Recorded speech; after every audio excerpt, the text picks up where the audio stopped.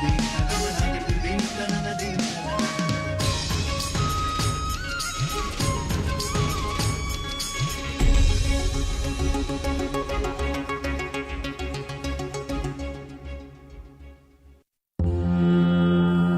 के पश्चिम दिशा में स्थित एक शहर संबलपुर। संबलपुर से चिपिलमा की ओर करीब 20 किलोमीटर बढ़ते हुए एक छोटा सा गांव है टिहकीपाली। यहाँ के एक युवा किसान श्री कालिदास पंडा, जो कि अपने परिश्रम एवं आधुनिक पद्धति से फसल उत्पादन करके प्रसिद्धि अर्जित किए हैं। इनसे मिलने हम कुछ युवा उत्साहित किसानों के साथ उनके गांव की तरफ चले। महानदी के तट पर स्थित संबलपुर से हम बढ़े अपने गंतव्य स्थल टिहकीपाली की ओर। इस ओर बढ़ते हुए हमें देखने मिला यहाँ की कुलदेवी माँ समलेश्वरी का भव्य मंदिर। माँ समलेश्वरी देवी के नामित है यह शहर संबलपुर।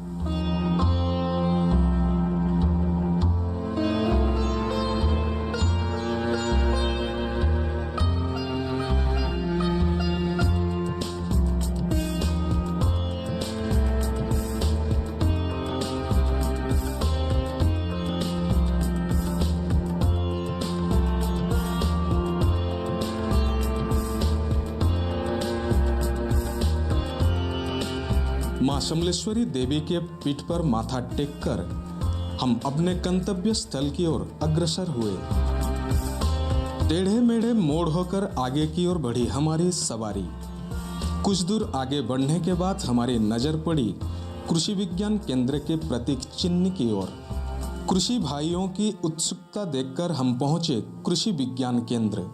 यहाँ से हमारे कृषि भाइयों को जानने मिला कि कृषि विज्ञान केंद्र कृषि समस्याओं को लेकर कितनी सहयोगशील है।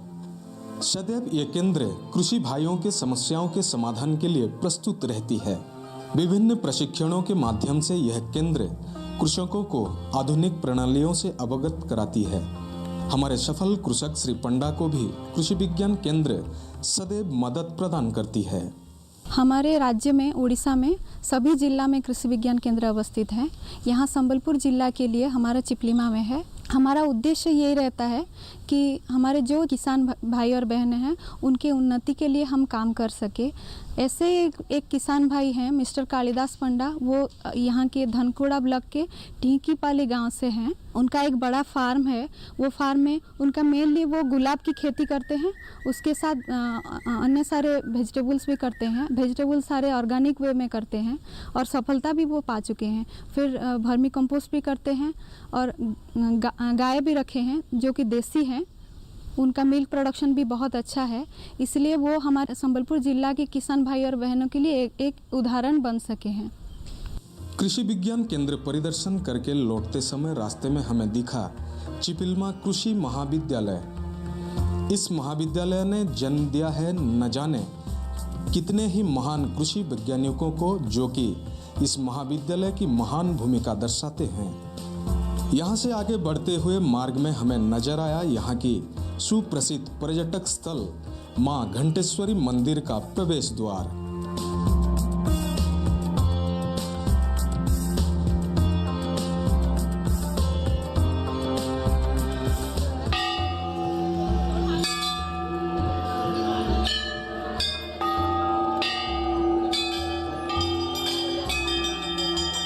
कृषि भाइयों के आग्रह को देखकर हम पहुंचे मां घंटेश्वरी के मंदिर में।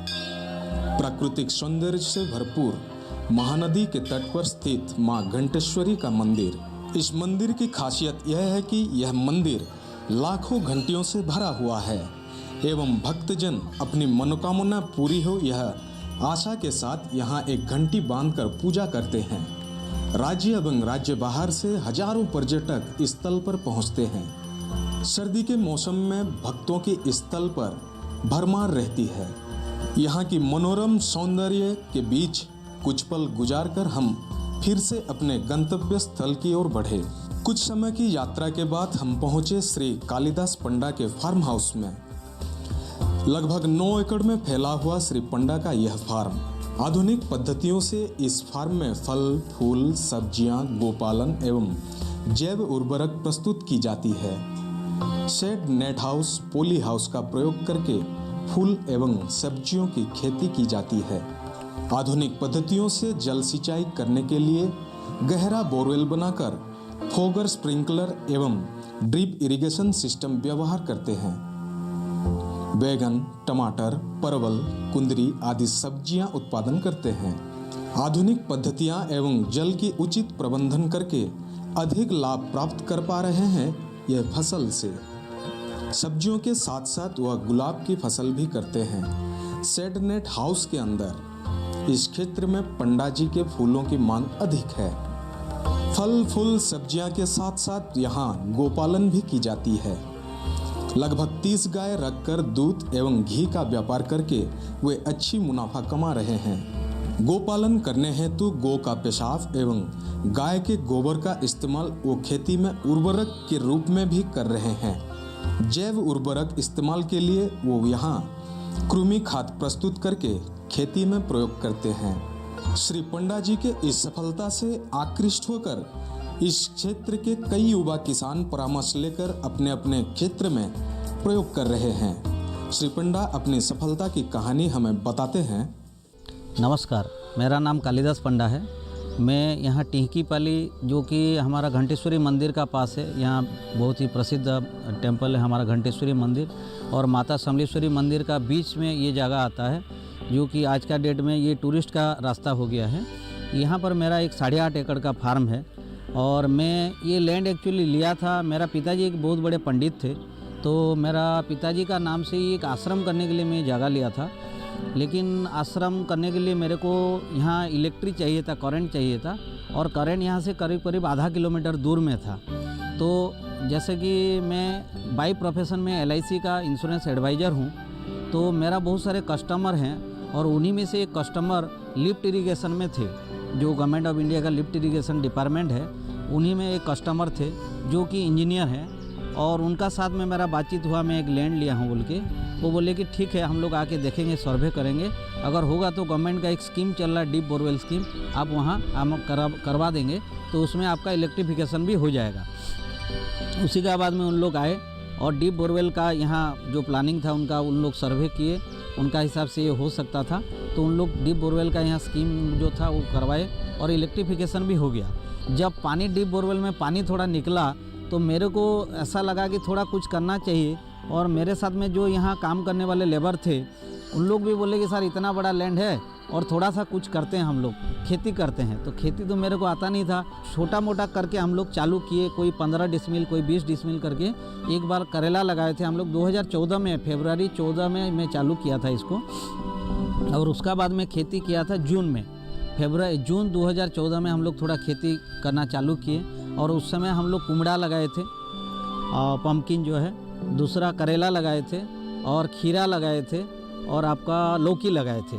2014 में एक तूफान आया हुआ था हुडहुड, तो मेरे को आइडिया नहीं था कि बेड में लगाना चाहिए, फ्लैट में लगाना चाहिए। हम लोग ऐसे ही लगा दिए थे, जंगल से थोड़ा बड़ा लकड़ी उकड़ी ला करके उसको स्टेकिंग किए थे। तो ये मेरा करेला जो है और खीरा, लौकी, ये सब मेरा जितना पैसा लगाया हुआ था पूंजी मेरा निकल गया था। तो पानी, मेरा जो ज़मीन है उसका ऊपर में सामने वाला जो जगह है वहाँ पहाड़ है, और पहाड़ी का जितना भी पानी है मेरा लैंड दे करके जाता है। तो मेरे को आइडिया नहीं था बेड बोल के क्या होता है, तो उस समय मेरा वो जो जितना भी था सब जल गया। लेकिन तब तक मेरा जो खीरा जो है वो निकल गया था, और खीरा में मैं 18 डिसमिल का खेती किया था खीरा जो है, और उसमें मेरे को 8,300 रुपया खर्चा हुआ था, और करीब 27,700 रुपया मेरा सेलिंग हो चुका था। तो उसी को मैं देखा कि 18 डिसमिल को लेकर के मैं मल्टीप्लाई किया 1 एकड़ में, तो उसी हिसाब से 2 से 2.5 लाख रुपया बन रहा था मेरा जो प्रॉफिट, और 8,000 लगा कर 27,000 रुपया, 28,000 रुपया हो रहा है। तो शेयर मार्केट में भी इतना नहीं होता है, 3 गुना हो गया 4 महीना में। तब मेरे को लगा कि खेती में कुछ शायद फ़ायदा है, और आज 5 साल हो गया मैं हर रोज़ 5 से 6 घंटा में पढ़ाई करता हूँ खेती के बारे में, गाय का बारे में, ऑर्गेनिक फार्मिंग का बारे में। फिर मैंने सुना कि सुभाष पालेकर जो हैं, पद्मश्री जो हैं, उन्हीं का पास में गया, ट्रेनिंग लिया ऑर्गेनिक फार्मिंग, नेचुरल फार्मिंग का, जीरो बजट फार्मिंग। फिर मैं गया भरत भूषण त्यागी, वो भी पद्मश्री मिला है उनको खेती के बारे में, बुलंदशहर में रहते हैं, मैं यहाँ से बुलंदशहर गया। ऐसा जो फार्मर मेरे को मिला कि ये अच्छा कर रहे हैं ऑल इंडिया लेवल में, मैं वहाँ पर जाकर के सीखने के लिए मेरा समय लगाया। लेकिन मैं फिर आके उसको यहाँ करने के लिए चालू करता हूँ, जो सीखा यहाँ चालू किया। बहुत सारे फार्मर भी मेरा यहाँ आते हैं।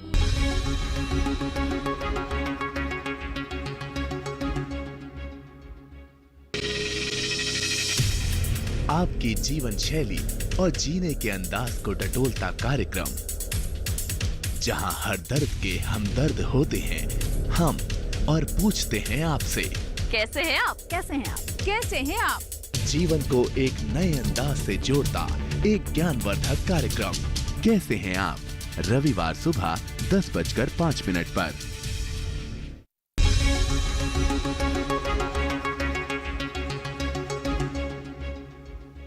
मैं अभी रोज किया हूँ गुलाब, और 2 एकड़ मेरा नेट हाउस है, 2 पॉली हाउस मेरे पास है। तो नेट हाउस में मेरा जो है अभी रोज लगा हुआ है, जो कि बहुत ही अच्छा प्रोडक्शन दे रहा है। अगर कोई रोज भी करेगा तो 1 एकड़ में 5 से 7 लाख रुपया उसको कम से कम इनकम होगा, और वो ओपन में भी कर सकता है। बहुत सारा वैरायटी है। गेंदा का खेती भी मैं अभी कर रहा हूँ, गेंदा फूल का, वो भी मेरा चालू है। और बहुत सारा रजनीगंधा के भी थोड़ा बहुत लगाया हुआ है। जैसा कि हमारा देश का प्रधानमंत्री मोदी जी का जो सपना है कि हर किसान का डबल इनकम हो 2022 तक, मैं बोलता हूँ डबल नहीं 5 गुना का फॉर्मूला मेरे पास है। और खेती का अभी जो आधार है, हम लोग जो हमारा जो वैदिक परंपरा था, जो ऋषि परंपरा था, उसको हम लोग भूल गए। और सबसे ज़्यादा जो हम लोग भूले हैं खेती में, वो हमारा गौ माता को भूले हैं। सरकार ने एक मुहिम चला रखा है कि रेन वाटर हार्वेस्टिंग के लिए बहुत सारा खर्चा भी हो रहा है। बहुत सारा, मैं बोलता हूँ, बहुत सारा खर्चा करने का ज़रूरत नहीं है। पहले जैसा गोचर लैंड था, गोचर में गाय जाके अगर चरेगी, उसका जो यहाँ गोबर गिरता है वहाँ नीचे होल हो जाता है, गोबरेला कीड़ा आता है। वो गोबरेला कीड़ा जहाँ आता है वहाँ 3-4 छेदा कर लेता है, और बारिश का जितना भी पानी हमारा नीचे ज़मीन का नीचे चला जाता है। तो हमारा कोई लैंड हार्वेस्टिंग करना नहीं है रेन वाटर को।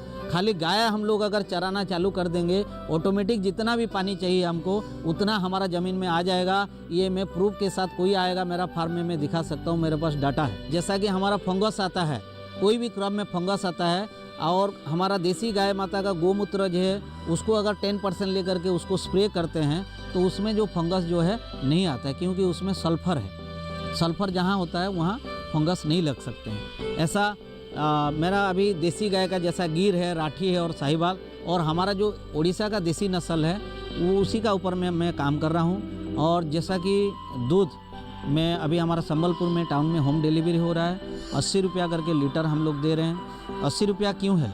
मार्केट में अभी 40 रुपया है, क्योंकि हम लोग उसको जो खिलाते हैं, अगर कोई समझ जाता है तो दूध उसको फ्री में मिल रहा है, क्योंकि रोज़ का 80 रुपया से ज़्यादा खा रहा है मेरा जो गाय है। उसी में बहुत सारा मेडिसिनल प्लांट है जो हम लोग खुद ऑर्गेनिकली उगाते हैं। जैसा केला का पौधा हम लोग देते हैं, जैसा गन्ना खिलाते हैं, जैसा गाजर खिलाते हैं उनको, जैसा आपका अश्वगंधा खिलाते हैं, मुलेठी खिलाते हैं, सदावर खिलाते हैं, नागरमोथा खिलाते हैं, मोरिंगा एलोवेरा जिसको हम लोग सजना बोलते हैं उसी को खिलाते हैं। फिर आपका लेमन ग्रास खिलाते हैं, अपराजिता जो फूल होता है उसी को खिलाते हैं, बांस का पत्ता खिलाते हैं। ऐसा बहुत सारा चीज़ है जो हम लोग जैसा कि गाय माता को खिलाते हैं। और गाय को हम लोग माँ बोलते हैं। वो हमारा कोई भी पूजा पाठ में गाय का गोबर होना चाहिए, दूध होना चाहिए, पंचामृत होना चाहिए।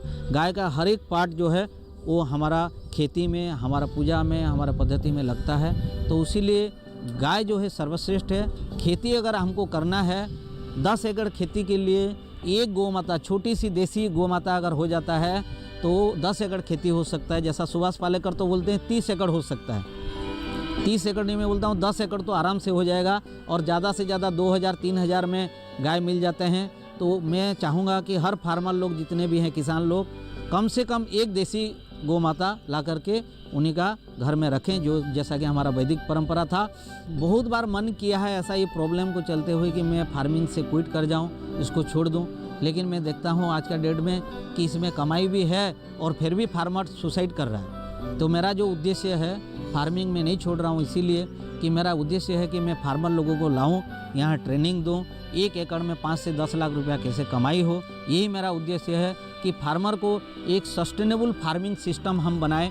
और जो फार्मर है, जैसा दूसरा किसी के पास जाके काम करता है या नौकरी ढूंढने में लगा देता है, या फिर उनका बच्चों को जो बोलता है कि दूसरा नौकरी करो लेकिन फार्मिंग मत करो, ये जो मिथ है मैं इसको तोड़ना चाहता हूँ। क्योंकि 1 एकड़ में 5 से 10 लाख रुपया कमाई हो सकता है, बशर्ते हम ट्रेनिंग लेके सही ढंग से हम लोग फार्मिंग करें। गाय माता है तो फार्मिंग है, गाय माता नहीं है तो खेती नहीं हो सकता है। तो हर एक फार्मर को मैं कहूँगा कि पहले हमारा जो है, पहला प्रायोरिटी होना चाहिए गौ माता। तो इसी के हिसाब से मैं आप सबको निवेदन करता हूँ कि फार्मिंग में सबको आना चाहिए। जिसका आधा एकड़ भी है वो भी आना चाहिए, या फिर छत का ऊपर में भी खुद लगा करके उगा सकते हैं। उसी का भी मैं ट्रेनिंग दे रहा हूँ। छत का ऊपर में हम लोग कैसे वेजिटेबल उगाएं, ऑर्गेनिकली उगाएं और खुद का उगा करके खुद खाएं, उसमें बहुत आनंद मिलता है।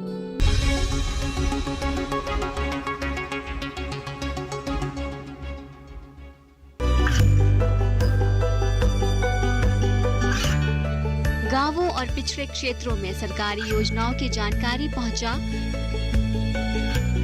देश में कौशल और क्षमता विकास कर ग्रामीणों को सामाजिक बदलाव और विकास से जोड़ने की दूरदर्शन किसान की पहल चौपाल चर्चा देखें सोमवार से शुक्रवार सुबह 9 बजे।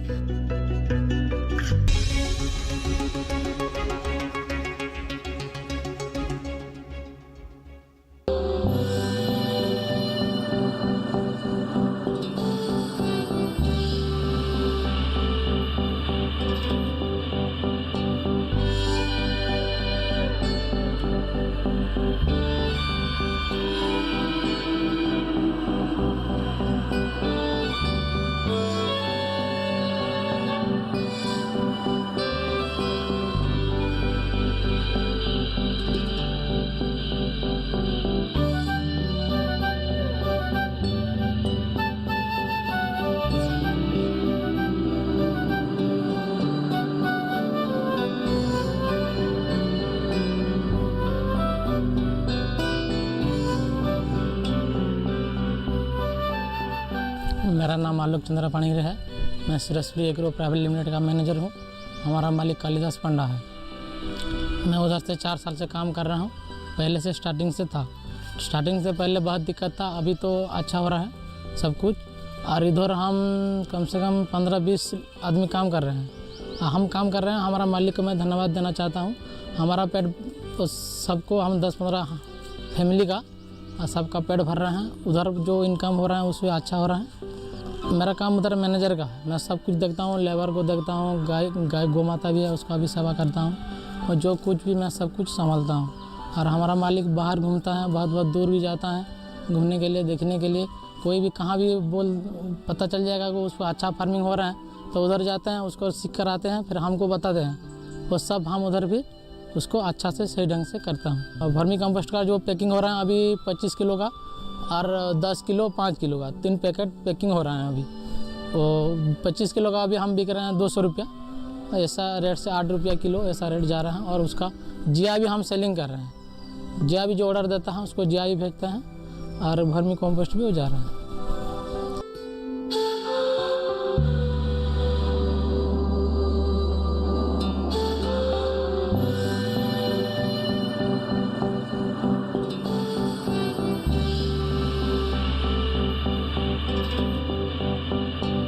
मेरा नाम ओमकार कुमार केवट है और हम लोग कालिदास पंडा फार्म में 6 महीना हो गया आए हैं।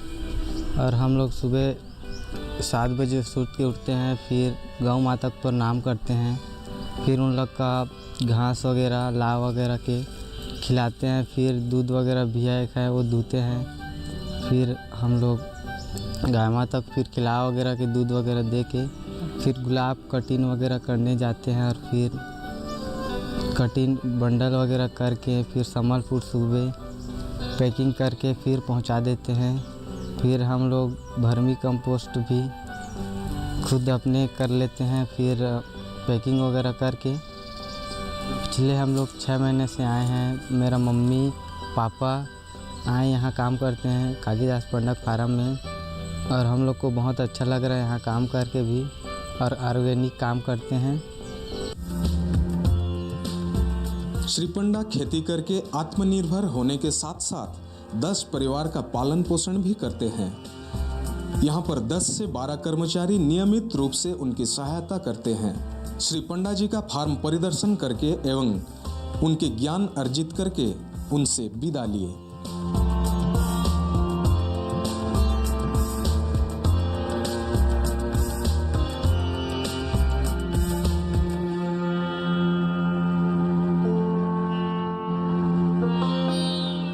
लौटते समय गांव के छोर पर कुछ लड़कियां के द्वारा प्रस्तुत लोक नृत्य देखकर एक नई आशा की किरण लेकर हम वापस लौटे।